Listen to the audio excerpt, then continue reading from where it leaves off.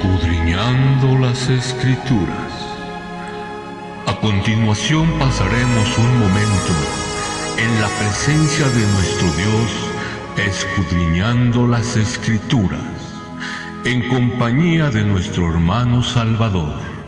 Que el Señor te bendiga.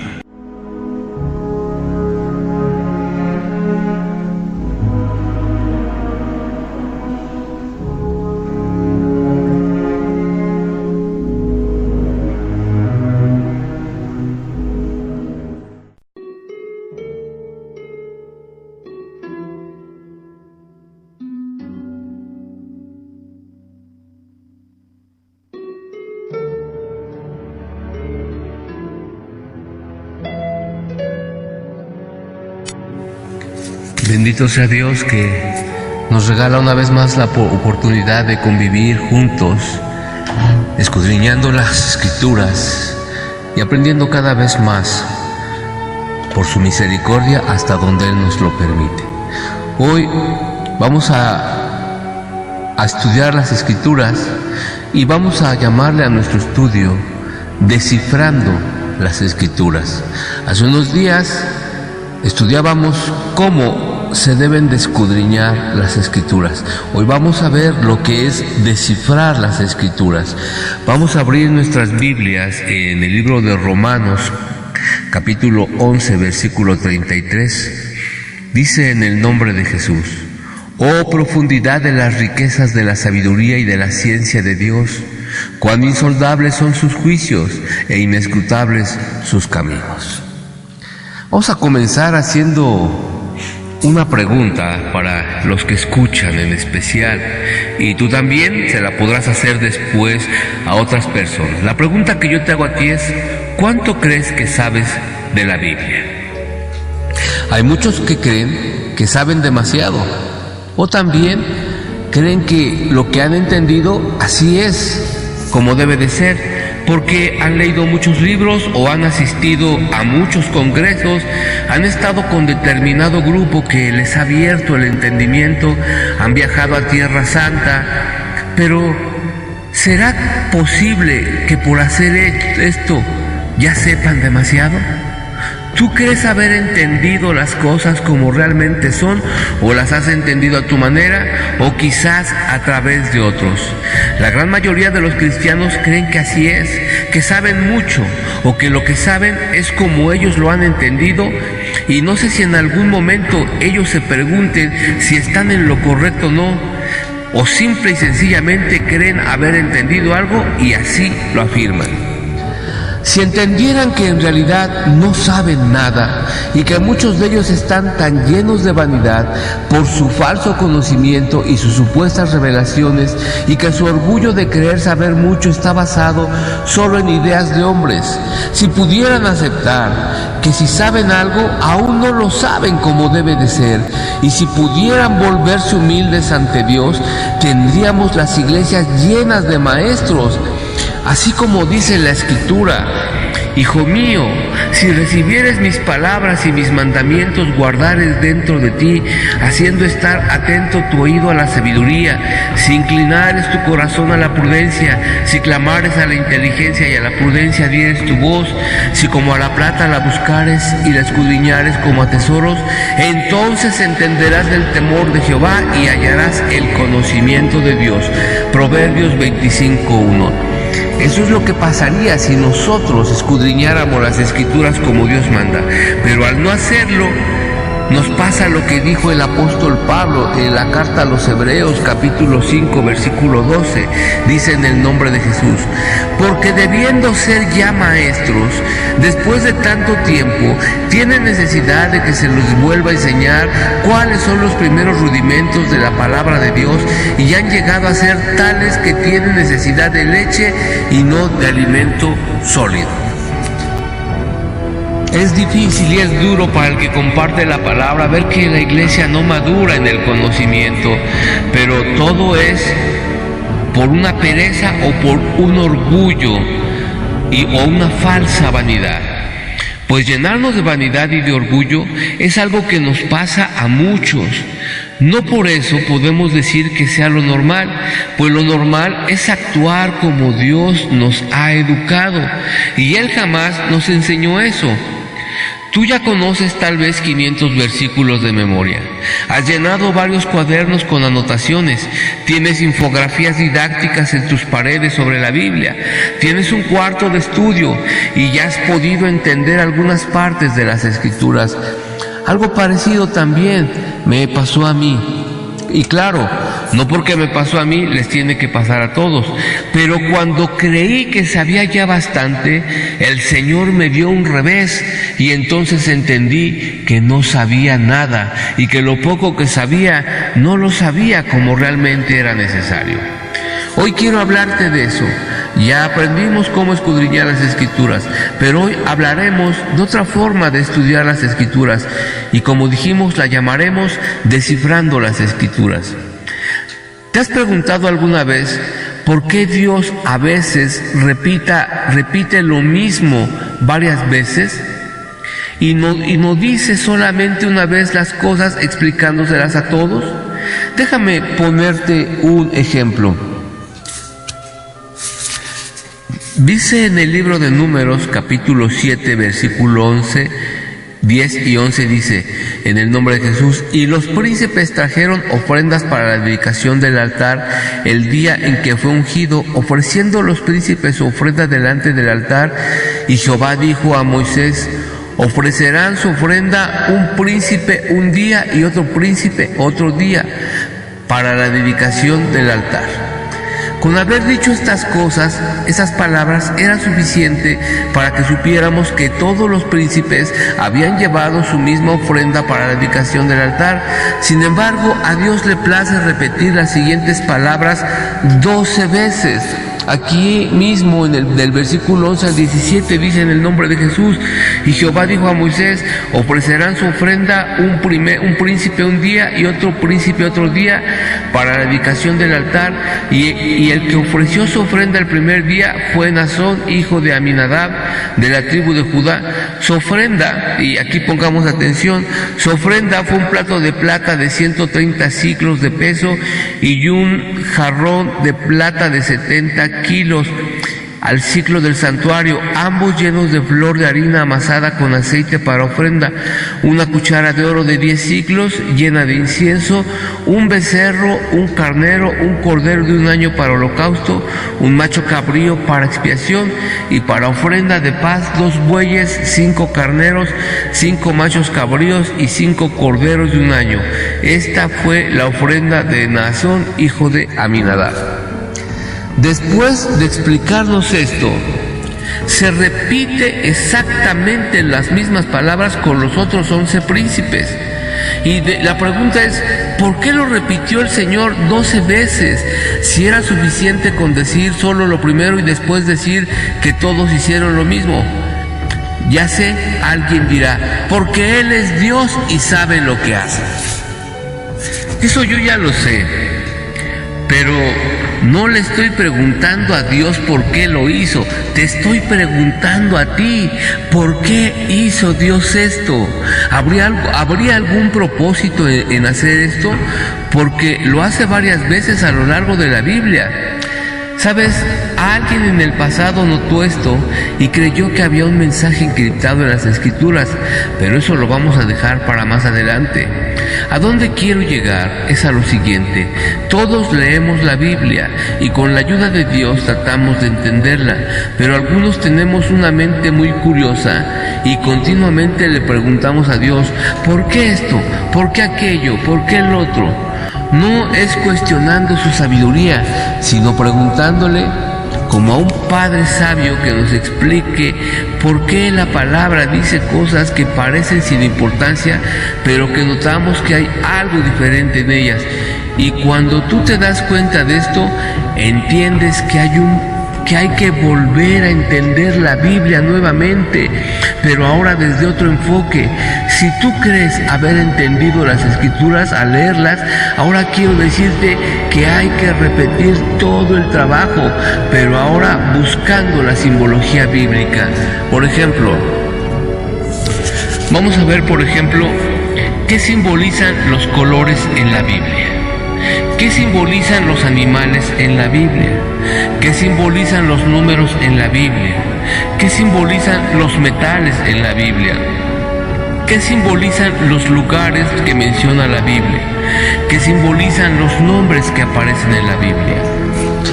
Antes de que alguien me diga, ¿eso es esoterismo o adivinación?, quiero aclarar que yo me considero una persona que defiende la veracidad de las Escrituras, la soberanía de Dios y la fidelidad de su palabra, solo bajo las enseñanzas bíblicas que nos dejaron los apóstoles y los santos profetas. Siempre trato de no rebasar los límites de las Escrituras, y esto que te he mencionado son cosas que los que desean saber más de Dios han entendido, que ahí hay un tesoro de sabiduría escondido por Dios. Déjame darte unos ejemplos para que veas a qué me refiero, para que no te vayas a quedar con la duda de qué está hablando este hombre. Y toda la gloria es para Dios. Cuando Dios le dijo a Moisés que levantara un tabernáculo para reunirse ahí con ellos, le dice que al frente del tabernáculo hará una puerta de 4 colores y sostenida por 4 columnas, y enfrente de ella acamparía la tribu de Judá. Hoy, hermano, cuando uno estudia estas cosas, salta uno de alegría al darnos cuenta que no sabemos nada, pero que Dios es bueno al dejarnos saberlos. Es hermoso no saber nada, y que lo que logremos saber por el sacrificio de Jesús. Ahora vamos a ver qué es lo que nos enseña nada más este simple detalle de la puerta del tabernáculo de reunión. Nada más ese vamos a ver para que veas a qué me refiero y que no te estoy engañando. Y lo repito, toda la gloria es para Dios. Número 1. La puerta daría siempre hacia el oriente. Número 2, la tribu de Judá estaría enfrente de la puerta. Número 3, la puerta tenía 4 colores que son azul, púrpura, rojo y blanco. Y número 4, la puerta estaría sostenida por 4 columnas. ¿Qué mensaje se esconde detrás de todo esto? ¿O simple y sencillamente nada más es una descripción de cómo se tenían que hacer las cosas? ¿O Dios escondió algo detrás de todo esto? Antes de decírtelo, le damos la gloria al que hace posible entender estas cosas, a Cristo Jesús. Vamos a comenzar por el número 1, la puerta que daba al oriente. Esto simboliza la venida de Jesús para salvar a su pueblo. Vamos a leer Lucas capítulo 17 y versículo 24, y por favor no me critiques ni vayas a quitar el video, espérate hasta que termine y verás cómo todo es parte de un rompecabezas que se arma de manera gloriosa. Dice en el nombre de Jesús: porque como el relámpago que al fulgurar resplandece desde un extremo del cielo hasta el otro, así también será la venida del Hijo del Hombre en su venida. Y en el Evangelio de Mateo dice que como el relámpago que sale del oriente y se muestra hasta el occidente, así será también la venida del Hijo del Hombre. Dice, como el relámpago que sale del oriente y se muestra hasta el occidente. Hay que tener paciencia hasta que termine de explicar los 4 puntos para que podamos entender la simbología escondida aquí. Pasemos al número 2. Judá estaría al frente de la puerta. Judá significa alabanza, es decir, que el que tenía el nombre de alabanza estaría frente a la puerta. ¿Y qué dice la Escritura acerca de esto? En el Salmo 100, versículo 4 dice: entrad por sus puertas con acción de gracias, por sus atrios con alabanza, alabadle, bendecid su nombre. Vemos que las cosas comienzan a coincidir cada vez más. Dice que entremos por sus puertas, y aquí estamos hablando exactamente de la puerta, pero dice que debemos de entrar con alabanza. Vamos a pasar al número 3, que aquí es a donde nuestro estudio empieza a tomar más forma. Dice que había 4 colores: azul, blanco, rojo y morado. El azul simboliza el cielo, todos vemos que el cielo es azul. El blanco es símbolo de santidad, porque el Señor dice que sin mancha y arruga debemos de entrar, ¿verdad? El rojo simboliza el sacrificio, y el morado es el color que usaban los reyes. Ahora vamos a ver qué significa cada uno. El cielo. ¿De dónde venía el Señor? En el Evangelio de Juan capítulo 3 versículo 13 dice: en el nombre de Jesús, nadie subió al cielo sino el que descendió del cielo, el Hijo del Hombre que está en el cielo. Ya vimos que sí coincide la primera. La segunda, santidad. Debemos de hacernos una pregunta: ¿fue Jesús santo? La primera carta del apóstol Pedro, capítulo 2, versículo 21 y 22 dice: pues para esto fuisteis llamados, porque también Cristo padeció por nosotros, dejándonos ejemplo para que sigamos sus pisadas, el cual no hizo pecado ni se halló engaño en su boca. Lo contrario al pecado es la santidad. El Señor no hizo pecado, vivió en santidad. Número 3, el color rojo sería el sacrificio. Y la pregunta es: ¿derramó Jesús su sangre por nosotros? En Apocalipsis capítulo 1 versículo 3 dice: en el nombre de Jesús y de Jesucristo, el testigo fiel, el primogénito de los muertos y el soberano de los reyes de la tierra, al que nos amó y nos lavó de nuestros pecados con su sangre. Todo va coincidiendo con los colores. Y por último pasemos al color de los reyes. ¿Será Jesús un rey? En el Evangelio de Mateo capítulo 21 versículo 5 dice: en el nombre de Jesús, digan a la hija de Sión: he aquí tu rey viene a ti, manso y sentado sobre un asna, sobre un pollino, hijo de animal de carga. ¡Wow! Esto sí que es maravilloso e increíble, pero aún no terminamos. Tal vez digas tú: no, yo no entiendo nada de lo que está hablando. Espérate. ¿Qué significan las 4 columnas? Dijimos que la puerta estaría sostenida sobre 4 columnas. Tú dime, ¿qué crees que simbolicen las 4 columnas? ¿Cuántos libros cuentan la historia de Jesús sobre la tierra? Si dijiste 4, acertaste. Las 4 columnas representan los 4 evangelios, en donde presentan a Jesús como el Rey de Reyes, como el sacrificio por nuestros pecados, como el Santo Hijo de Dios y como aquel que descendió del cielo. Eso es de lo que nos hablan los evangelios: Mateo, Marcos, Lucas y Juan. Pero espera, aún hay algo extra y que nos confirma todo lo que acabamos de decir. Ya hablamos de los colores, ya hablamos de las columnas, ya hablamos de Judá, de la dirección de la puerta. Pero ¿a quién simboliza la puerta? Acertaste. Vamos a leer Juan capítulo 10 versículo 9. Dice: en el nombre de Jesús, yo soy la puerta. El que por mí entrare será salvo, y entrará y saldrá y hallará pastos. Alabado sea Dios. Parece como si la Biblia nos estuviera hablando sola, sin necesidad de que nosotros buscáramos aquí y allá. Ahora sí ya tenemos nuestro mensaje terminado, y diría así: aquel que bajó del cielo, vivió en santidad, dio su sangre por nosotros, ahora es Rey de Reyes y es la puerta de nuestra salvación.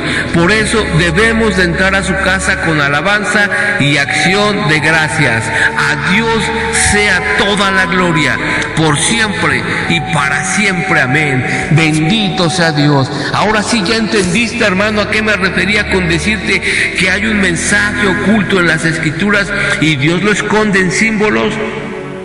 Tú podrás decir: estas cosas de alabar al Señor y de que es santo, ya lo sabíamos. Pero eso es porque tenemos las Escrituras terminadas. Pero estas personas que colocaron la puerta, que hicieron las columnas y que armaron el tabernáculo, no sabían nada de esto. Ellos no sabían que estaban tejiendo una profecía que hablaba del Salvador del mundo. ¿Qué más habrá oculto en la Biblia que aún no hemos encontrado? Pudiera ponerte cientos de ejemplos aquí ahorita en este momento y toda la gloria es para Dios, de los mensajes ocultos que hay en la Biblia. Por ejemplo, estamos hablando de las columnas que detienen la puerta. ¿Qué simboliza la plata en la vida de Jesucristo? ¿Qué simboliza el bronce? ¿Y por qué tuvieron que ser de madera de acacia? ¿Qué simboliza la madera de acacia en la vida de Jesucristo? ¿Qué simbolizan las estacas? ¿Qué simboliza cuando Dios Dios dice que Jesús es el león de la tribu de Judá y después dice que Satanás anda como león rugiente. ¿Qué simboliza todo esto? Todo eso está ahí escondido como en una cajita a la que tenemos que buscarle la combinación para abrirla. Yo también puedo hacerte miles de preguntas, oílo bien, miles de preguntas acerca de la simbología que está escondida en la Biblia, y sé que no me contestarías ni una sola. ¿Por qué? Porque la palabra dice que las cosas grandes y ocultas solamente se las responde Dios a quien ha clamado.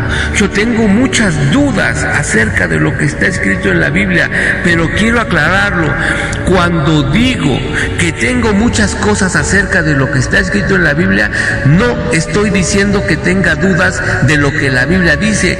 Tengo dudas de todo lo que la Biblia enseña. Por ejemplo, ¿por qué en el libro de Génesis nos narra 2 veces el relato de la creación?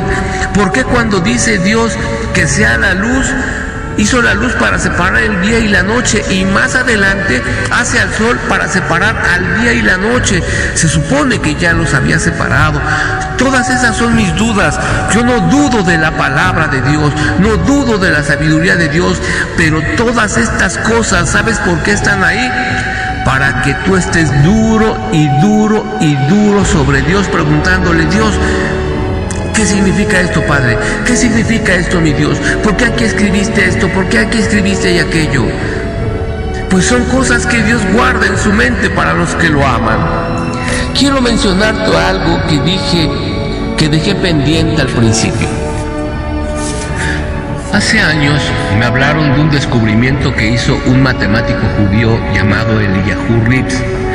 Este hombre hizo algo que los fariseos antiguos también hacían con las escrituras, y era contar las letras. Solo que él tenía una ventaja en comparación a ellos: la computadora.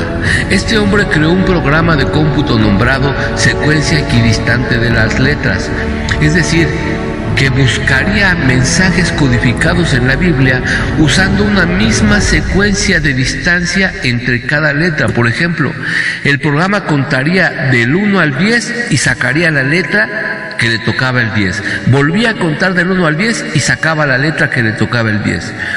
Luego contaba de 20 en 20 y así de 30 en 30 y luego hasta llegar a 10,000. Pues eso solamente se puede hacer por medio de la computadora. ¿Cuál fue el resultado? Que encontró cientos de profecías cumplidas y otras por cumplirse. Muchos han atacado este descubrimiento diciendo que también en libros como Moby Dick se encuentran estos mensajes, pero eso es falso, pues no se han encontrado más de 5, mientras que aquí existen millones de ejemplos. Yo tengo el programa y he comprobado su veracidad, pero lo he dejado aparte porque veo que si no se usa como es debido, es más el mal que puede causar que el beneficio. Me refiero a que aparecen códigos que no dicen lo que uno busca, pero muchos los tuercen y los publican como descubrimientos que se harán realidad. Uno de ellos decía que el éxodo de este mundo sería en el 2006 y falló porque lo usaron de manera irresponsable. Yo creo que si no podemos descifrar las cosas que están escritas ante nuestros ojos, lo mejor sería dejar a un lado lo que está más allá de nuestras humanas posibilidades. Pues este método es un método computacional en el que ya no es necesaria la oración, pues la computadora lo hará todo. Y al hacerlo, dejamos de lado la comunión con Dios, y eso es lo que exactamente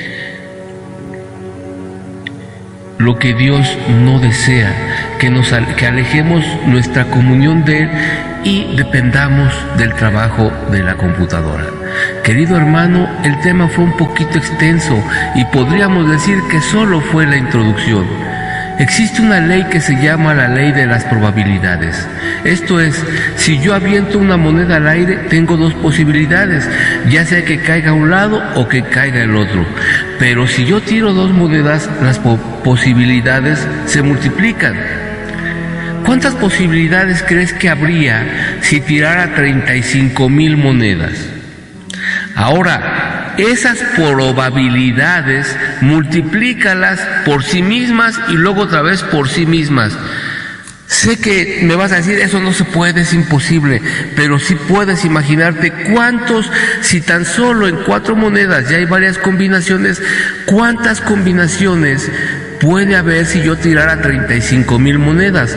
Esto te lo digo porque la Biblia ha sido dividida en 35,000 versículos. Imagínate cuántas combinaciones puede haber de esos 35,000 versículos mezclados entre sí. Termino con 2 preguntas. Una, es una tarea para aquellos que les agradó el mensaje. Díganme, ¿por qué creen ustedes que la fuente de bronce del tabernáculo se hizo únicamente con espejos? Pero tienes que responder con versículos. Y la segunda pregunta es, dime, ahora sí, después de escuchar esto, ¿cuánto sabes de la Biblia? Yo por mi parte hoy puedo decir con toda certeza y con alegría y gratitud, entre más leo, más me doy cuenta que no sé nada. Toda la gloria es para Dios. Espero que hayas entendido el mensaje, hermano. Un ejemplo más, cuando Jesús va caminando, aquel hombre Simón de Cirene que le ayuda a cargar la cruz. Si tú pudieras investigar lo que significa el nombre de Simón, de Cirene y el lugar donde se encuentra con él, encontrarías un mensaje precioso de algo que Dios, el Señor Jesucristo, apenas acababa de padecer. Con esto terminamos, hermano. Te lo repito, los números tienen un símbolo, pero no es un símbolo místico, sino es un símbolo basado en las Escrituras. Los animales, los lugares, los nombres de las personas, todo está entrelazado por un código perfecto que tiene como diseñador al que es, que era y que ha de venir, al Dios Todopoderoso. Que Dios te bendiga y te guarde, y toda la gloria es para Dios.